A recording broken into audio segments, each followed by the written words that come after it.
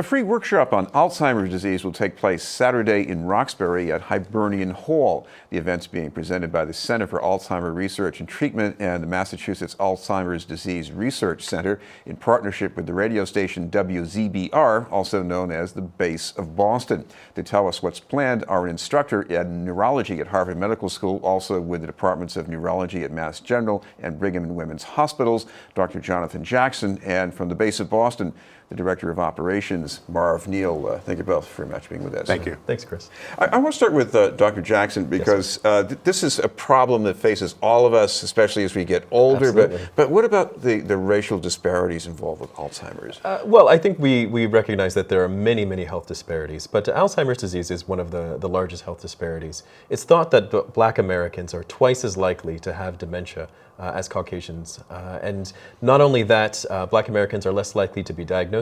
They're 30% less likely to receive any kind of medical treatment, and their cognitive declines due to Alzheimer's disease are more severe over time. Marvo, why should your station want to really get involved around this particular health issue? Well, the Base Radio is a community radio station, and our duty is to service the community. So this is a very important topic. So that's the reason why we chose Alzheimer as a starting point. And we'll continue to do these dine and learn events about various topics that plague the community.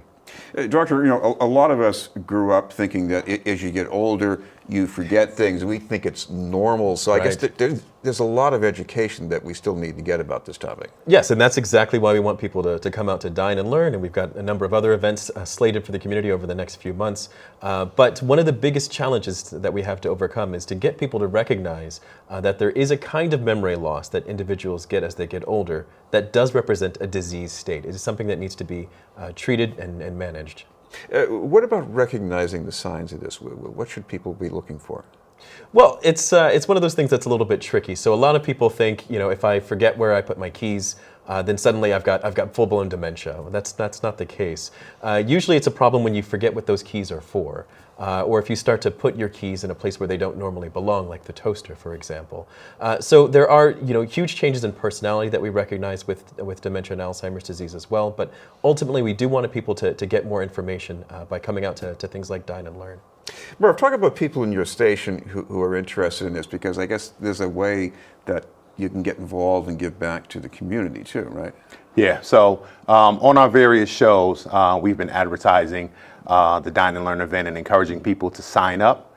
On all the shows, we have Steve Harvey's show in the morning, and we also have another popular show called Inside the Ride with Ralph Tresvant, where we've been really spreading the word to the thousands of listeners and encouraging them to come out. Doctor, what about treatment? Because first of all, is money an issue? I mean, it must be for just about everything. So wouldn't it be the case here too? Absolutely. But the fact of the matter is that there is no cure for Alzheimer's disease as yet. All of the possible cures are still in the clinical trials phase, and those are free of charge. So if people are willing to try to get this treated in a proactive way, then money really shouldn't be an object. As for the drugs that are currently approved, some of those are expensive, but there are generics that are emerging to treat it that should be a little bit less expensive and should play nice with insurance barriers like Medicaid. Marv, I guess another reason for having an event like this is not just the people who are suffering from Alzheimer's, but it's their relatives, the people who have to take care of them and figure out how to get help too. Absolutely.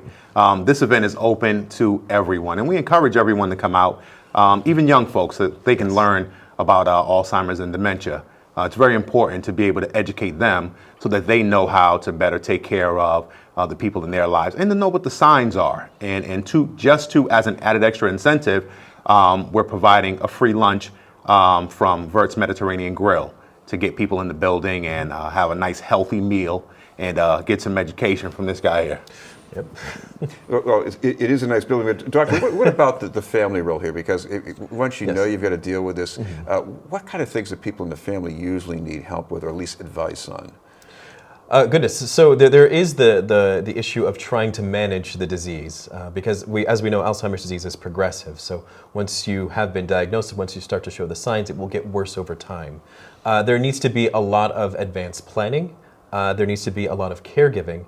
Unfortunately, women tend to bear the brunt of a lot of the caregiving responsibilities, especially the children who tend to be middle-aged, who may have children of their own, who are suddenly having to care for their parents. Beyond that, there's also issues to do with legal planning and estate planning as well. So even if you don't think that you have an estate, you still need to start to find ways to manage your assets while you still have the cognitive capacity to do so. So there's a lot of things that are involved, and we really do think of dementia as an issue that is managed by a family rather than a single individual.